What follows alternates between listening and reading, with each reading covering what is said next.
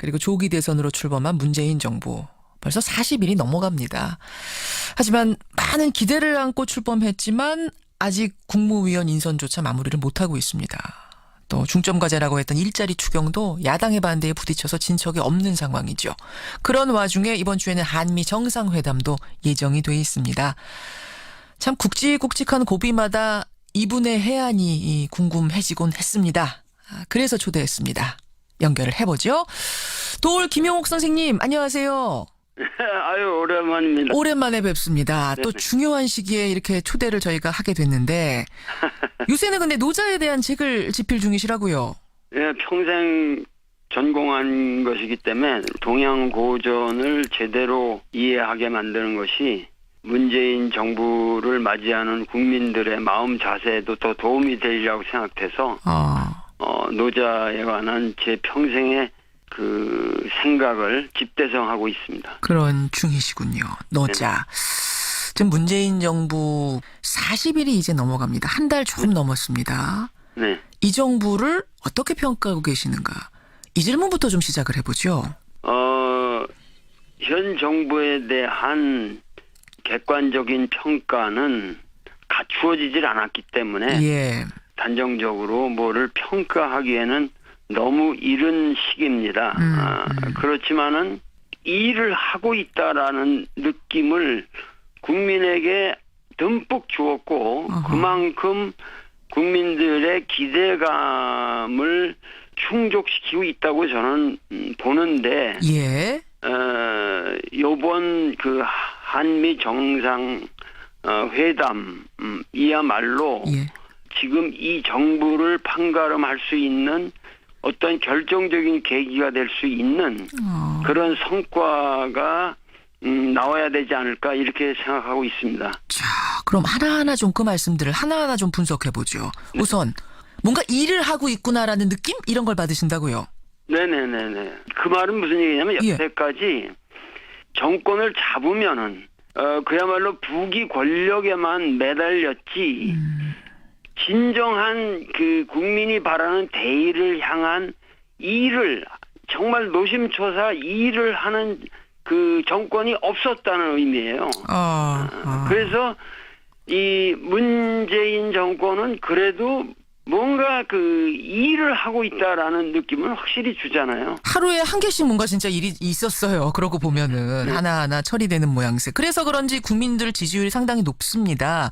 네. 근데 국정이 쉽게 풀려가는 모양새는 아니에요. 정치권을 돌아보면. 일단 내각 인선이 마무리가 안 된 상태입니다. 강경화 외교장관 임명을 기점으로 해서 특히나 야당의 반발이 거센 상태. 지금 상임위도 보이콧했다가 이제 인사청문회 이번 주부터 다시 시작할 정도로 지금 어려운 상황인데 야당은 얘기합니다. 지금 대통령이 국민 지지율 믿고 야당들하고 소통 안 하려고 한다. 박근혜 정부를 향해서 소통 안 된다 했지만 지금 자신들이 소통 안 하고 있다. 협치를 파괴하고 있다. 어떻게 생각하세요?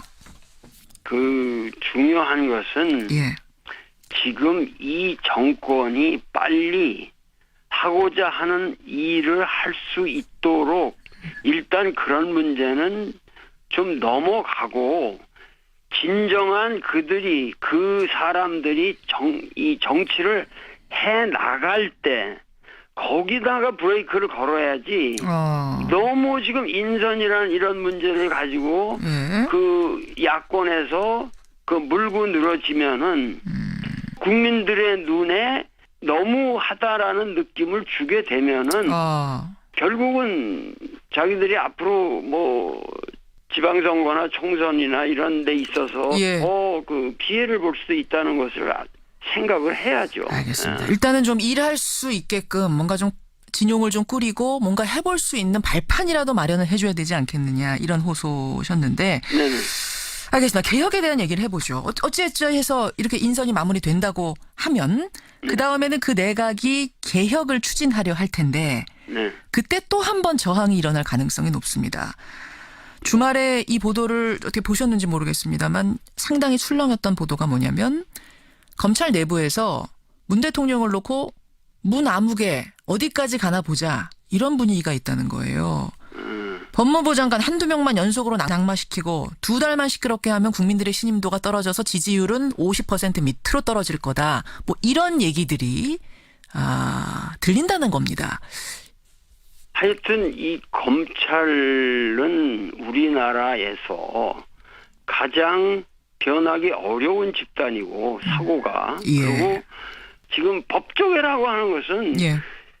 그동안 국민들이 재판을 받을 수 있는 그 모든 권리를 그 자체의 냉정한 그 법에 의해서 집행한 사람들이 아니라 그 법조계라고 하는 하나의 시스템 속에서 과연 자기들이 어떤 평점을 받느냐는 것을 계산하면서 국민에게 피해를 준 세력들이기 때문에 어떤 경우에도 법조계는 대대적인 개혁에 착수해야죠. 자기들 스스로. 스스로 착수해야 된다. 예.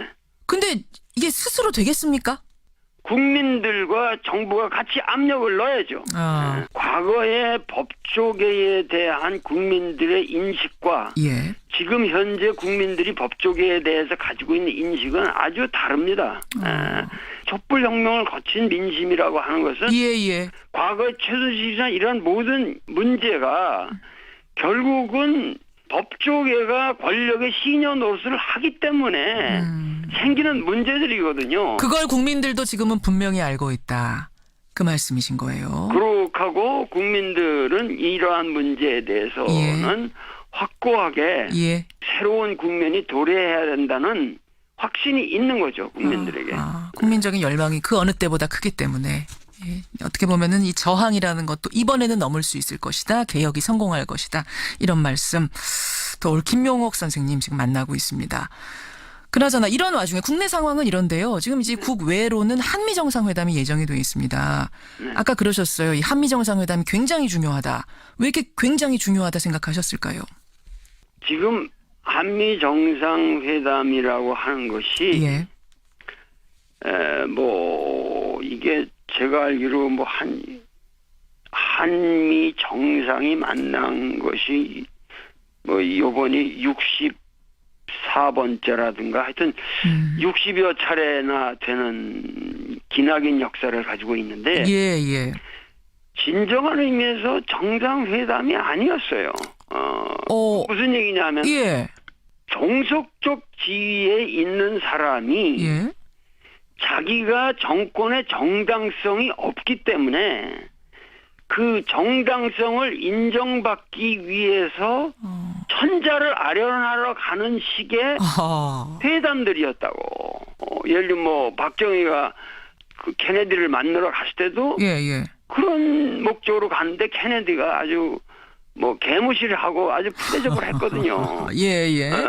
그러고 나서 린든 B 존슨 때나 이제 바뀌고 나서 그 양반 돌아가고 나서 바뀌면서 이제 그 월남 파병 때문에 이제 또 대접받기도 하고 그러니까 뭔가 그 미국이라고 하는 대국의 봉인을 받으려고 가는 것이 아니라 해결해야 할 현안이 있고 그것에 대해서 우리가 대등하게 이야기를 해보자라는 자세로 가는 첫 회담이에요. 이거는. 이번에는 어떻게 대등하게 가는 거라고 그렇게 판단하세요? 과거는 아니었는데? 문정인이라는 사람이 가서 얘기한 내용만 봐도 자주적인 어떠한 입장에서 최소한의 상식적인 발언을 한 유례가 한 번도 없습니다. 그러니까 그러한 것을 미리 가서 얘기하도록 하게 했다는 것은 결국은 정상회담을 향해서 지금 포석을 놓아가고 있다는 거죠. 잠깐만요, 선생님. 그러니까 지금 말씀하신 것 중에 두 가지예요. 하나는 문정인 특보의 그 발언 지난주 내내 뜨거웠는데 여러 논란, 찬반 논란도 있고 김 선생님 보시기에는, 도올 선생님 보시기에는 역사상 유례가 없이 잘된 거다. 일단 이런 평가를 내리시는 거고. 아니, 그건 너무도 당연한 얘기들 아니에요. 그 문정인이라는 사람은 미국 정치학회 부회장까지 했던 사람이고 미국인들을 10여 년 동안 가서 가르쳤던 사람들인데 무슨 큰 것이 아니라 상식적인 얘기라고 봐요. 어떤 얘기인 거 하니 그러니까 북한이 핵 동결하면 우리가 한미 군사훈련 축소할 수 있다. 그러니까 협상이란 건 주고받는 거다. 뭐 이런 얘기들을 했단 말입니다. 그때 이제 일부에서는 사드로 가지고 뭐 예. 동맹이 깨진다면 그게 무슨 동맹이냐 뭐 이런 동맹이냐. 얘기도 했죠. 예. 근데 이제 일각에서는 아니 미국의 심기를 그렇게 건드리면 어떡하냐. 특히 한미 정상회담 이제 문재인 대통령이 가서 정상회담 해야 되는데 분위기 이렇게 살벌하게 만들면 어떡하냐고 하면서 굉장한 비난이 쏟아졌단 말입니다. 미국에 있어서는 우리가 한미 동맹이라는 것을 우리 측에서만 생각할 것이 아니라 예. 미국 측에서 만약에 이 동아시아에서 한국이라고 하는 이 위대한 우방이 없으면 미국은 존재하지도 않아요. 이 시대 이하에서 미국은 족보가 없는 나라가 되는 거예요. 아하. 그만큼 한국은 위상이 크고 그러기 때문에 그러한 데 대한 자부감을 가지고 그거를 지렛대로 해서 미국과 협상을 우리는 할 충분한 이유가 있습니다. 충분히 우리가 그동안 너무 스스로 위축돼 있었던 걸까요? 너무 자신감이 없었던 걸까요? 위축될 정도가 아니라 예. 완전히 자멸 아주 그 자기를 그 비하시키는 그것이 상식화되어 있다는 얘기죠. 자기 비하, 우리 스스로. 자기 비하가 상식화되어 있다는 거예요. 미국 앞에 서면 작아지는, 대강대국 앞에 서면 작아지는 어떤 그런 뭐 관성이 지금까지도 남아있는 거다. 이거를 지금은 털 때가 됐다고 보세요. 촛불을 계기로 털 때가 됐다고 보시는 거예요. 털어야만 되고 그리고 이 남북 문제라는 것을 우리 스스로 좌표를 설정해서 예. 차곡차곡 나아감으로써 예. 지금 예를 들면 뭐 그 태권도만 해도 엊그저께 북한에서 왔고 평창 올림픽도 우리가 서로 같이 단일팀. 이런 것들이 얼마나 아름답고 좋은 얘기입니까? 그러니까 이런 모든 것들이 새로운 국면이 벌어지고 있는데 예. 미국으로 하여금 동아시아 질서를 그 무슨 미사일 방어 체계니 말이죠. 이런 예. 터무니없는 이미 닉슨 독토린에서부터 이미 미국이 회전한 그러한 문제를 놓고 이제 와서 이 동아시아 질서를 평화 패러다임으로 가지 않고 전쟁 패러다임으로 간다면 예.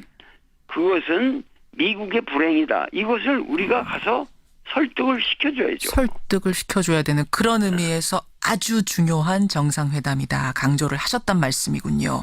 네네. 아까 그러셨어요. 문정인 특보의 그 발언 굉장히 잘한 거고 또 청와대와 교감을 했다고 아까 했죠. 문재인 대통령의 포석이라고 하셨는데 교감했다고 보시는 거예요? 네, 그건 당연히 하고 간 거죠. 청와대는 아니라고 선을 긋긴 했습니다만. 그거는 다 한 거예요. 한 거고 예. 이 맹자에 그런 말이 있습니다. 세대인 즉 묘지하라라는 말이 있는데 그건 무슨 얘기냐면 뭡니까? 나보다 큰 위대하게 보이는 그런 권세 등등한 왕후 장상들을 만날 때는 예. 우선 그들을 좀 깔보는 것이 좋다. 오히려. 그들을 왜냐하면 예. 그들은 맹자에 말하면은 그들은 어디까지나 그들이 지향하는 목표는 패권이고 예. 패도고 나는 선현의 입장에서 왕도를 구현하기 위해서 공자가 말한 인정을 구현하기 위해서 그 여민동락하는 것을 지상의 과제로 삼는 사람이고 그러기 때문에 그러한 마음의 거리를 두고 봐야 되지만 나는 가서 트럼프를 깔보면 안 된다고 생각합니다. 예, 뭐 그런 의미는 아니고. 인간적으로 예. 트럼프를 가서 사랑해줘야 되고. 사랑을 해줘야 됩니까? 트럼프를 대접하고 그의 마음을 우선 감정적으로 얻어야 됩니다. 지금부터는 아마 이제 문재인 대통령에게 하시는 조언이라고 저는 생각을 하는데 네, 그래서 당당하게 임하되 사랑하라. 여태까지 트럼프는 당선이 된 이후로 예. 어디 가서든지 사실은 이렇게 대접을 못 받았단 말이에요. 천덕꾸러기 같은 느낌이 좀 있었죠. 예, 그런데 예. 우리는 가서 그를 아주 존중을 해주고 정당한 정치인으로서 대접을 해주는 마음 자세로 예. 그의 마음을 환심을 우선 사야 됩니다. 일단 마음을 사야 한다. 환심을 사고 그렇고 그와 여태까지 미국의 그 어떠한 프로페셔널한 정치인이라고 하는 계보에 있는 사람들은 예. 무조건 한국 같은 나라를 깔보고 그리고 한국에 대해서 관여를 하지 않으려고 그랬어요. 그렇기 때문에 그 오바마 같은 사람도 그 뭐 전략적 인내니 이런 말로 한국 문제는 완전히 개무시한 거예요. 예, 예. 그 윈비어 문제만 해도 얼마든지 그 오바마 정권 때 조금 더 관심을 가지고 해결했으면 해결될 수도 있었던 문제. 아하. 다 그것이 전략적 인내라는 측면에서 다 넘어간 거예요. 예. 그렇기 때문에 그러한 의미에서 새로운 관여 정책을 하겠다고 나온 것은 상당히 우리로 볼 때는 좋은 일이고 아. 트럼프 입장에서는 이 북한 문제를 계기로 해서 자기가 그 탄핵의 국면에 빠져 있는 그런 예. 곤궁한 처지를 예. 벗어날 수도 있다는 얘기죠. 아, 우리가 지금 잘 이런 표현이 어떨지 모르겠습니다만 잘 이용할 수 있는 굉장히 좋은 환경이란 말씀이시네요. 오히려 우리가 트럼프 정권보다는 국민의 열망을 담지한 도덕성을 가지고 있기 때문에 국민들에게 나는 정말 예. 이 시대를 사는 사상가로서 눈물을 흘리며 호소하고 싶어요. 예. 여러분들 제발 진정으로 우리가 촛불을 들어야 할 시기는 바로 이번 주입니다. 바로 미국에 가서 이 문재인 대통령이 예. 미국에서 협상을 벌이는 이 시기야말로 국민들이 마음에 촛불을 들고 우리가 그 갈구했던 열망을 이제 펼쳐질 수 있도록 그들을 우리 대표단들을 전부 지원하고 도와줘야 된단 말이죠. 아, 그렇게 보시는군요. 네. 정리를 좀 하자면 미국에 가서 트럼프 대통령 만날 때 그를 인간적으로 존중하고 사랑하는 자세를 바탕에 깔고 당당하게 우리 할 말을 해라. 자부심을 가지고 대하라. 그러면 반드시 이번 정상회담은 성공할 것이다. 이런 조언으로 받아들일 수 있겠네요. 네네네. 예. 북핵 문제라고 하는 것은 예. 누적된 문제를 풀기 위해서는 미국이 적극적으로 나서는 것이 정당합니다. 그리고 그것을 여태까지 미국이 나서지 않고 중국의 중재를 통해서 해결하려고 했던 것도 한계가 뻔한 거고 지금 더 이상 먹히질 않습니다. 알겠습니다. 예. 그러한 상황에서는 문재인 대통령은 안심하고 트럼프에게 미국이 적극적인 역할을 하십시오. 예. 그 우리가 도와드리겠습니다. 그렇게 해서 북미 관계를 우선 정상화시키는 방향으로 노력을 하시면 동아시아의 새로운 질서가 태동하게 되고 그러면 EU나 모든 국가들이 트럼프 대통령을 이전의 트럼프가 아닌 위대한 이 세계의 지도자로 바라볼 것입니다. 알겠습니다. 아유, 중요한 부분들 오늘 요목조목 짚어주셨습니다. 여기까지 오늘은 말씀을 듣도록 하죠. 노자 책 집필 마무리 잘 하시길 바라고요. 또 책 나오고 나서 한 번 더 인터뷰 부탁드리겠습니다. 네네. 예. 감사합니다. 건강하시고요. 고맙습니다. 네네. 예. 돌 김용옥 선생님이었습니다. 법무부 장관 한두 명만 연속으로 낙마시키고 두 달만 시끄럽게 하면 국민들의 신임도가 떨어져서 지지율은 50% 밑으로 떨어질 거다. 뭐 이런 얘기들이 들린다는 겁니다.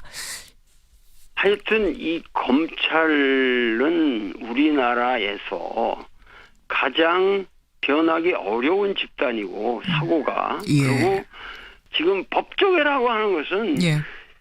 그동안 국민들이 재판을 받을 수 있는 그 모든 권리를 그 자체의 냉정한 그 법에 의해서 집행한 사람들이 아니라 그 법조계라고 하는 하나의 시스템 속에서 과연 자기들이 어떤 평점을 받느냐는 것을 계산하면서 국민에게 피해를 준 세력들이기 때문에 어떤 경우에도 법조계는 대대적인 개혁에 착수해야죠. 자기들 스스로. 스스로 착수해야 된다.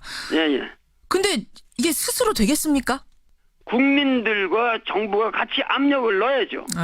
과거의 법조계에 대한 국민들의 인식과 예. 지금 현재 국민들이 좀 넘어가고 진정한 그 사람들이 이 정치를 해 나갈 때 거기다가 브레이크를 걸어야지. 너무 지금 인선이라는 이런 문제를 가지고 그 야권에서 그 물고 늘어지면은 국민들의 눈에 너무하다라는 느낌을 주게 되면은 결국은 자기들이 앞으로 뭐 지방선거나 총선이나 이런 데 있어서 그 피해를 볼 수도 있다는 것을 생각을 해야죠. 알겠습니다. 일단은 좀 일할 수 있게끔 뭔가 좀 진용을 좀 꾸리고 뭔가 해볼 수 있는 발판이라도 마련을 해줘야 되지 않겠느냐 이런 호소셨는데 네네. 알겠습니다. 개혁에 대한 얘기를 해보죠. 어찌해서 이렇게 인선이 마무리된다고 하면 그 다음에는 그 내각이 개혁을 추진하려 할 텐데 네. 그때 또 한 번 저항이 일어날 가능성이 높습니다. 주말에 이 보도를 어떻게 보셨는지 모르겠습니다만 상당히 출렁였던 보도가 뭐냐면 검찰 내부에서 문 대통령을 놓고 문 아무개 어디까지 가나 보자 이런 분위기가 있다는 거예요. 국민이 바라는 대의를 향한 일을 정말 노심초사 일을 하는 그 정권이 없었다는 의미예요. 그래서 이 문재인 정권은 그래도 뭔가 그 일을 하고 있다라는 느낌을 확실히 주잖아요. 하루에 한 개씩 뭔가 진짜 일이 있었어요. 그러고 보면은 하나하나 처리되는 모양새. 그래서 그런지 국민들 지지율이 상당히 높습니다. 근데 국정이 쉽게 풀려가는 모양새는 아니에요. 정치권을 돌아보면. 일단 내각 인선이 마무리가 안 된 상태입니다. 강경화 외교장관 임명을 기점으로 해서 특히나 야당의 반발이 거센 상태. 지금 뭐 상임위도 보이콧했다가 이제 인사청문회 이번 주부터 다시 시작할 정도로 지금 어려운 상황인데 야당은 얘기합니다. 지금 대통령이 국민 지지율 믿고 야당들하고 소통 안 하려고 한다. 박근혜 정부를 향해서 소통 안 된다 했지만 지금 자신들이 소통 안 하고 있다. 협치를 파괴하고 있다. 어떻게 생각하세요? 그 중요한 것은 지금 이 정권이 빨리 하고자 하는 일을 할 수 있도록 일단 그런 문제는 계시는가? 이 질문부터 좀 시작을 해보죠. 현 정부에 대한 객관적인 평가는 갖추어지질 않았기 때문에 단정적으로 뭐를 평가하기에는 너무 이른 시기입니다.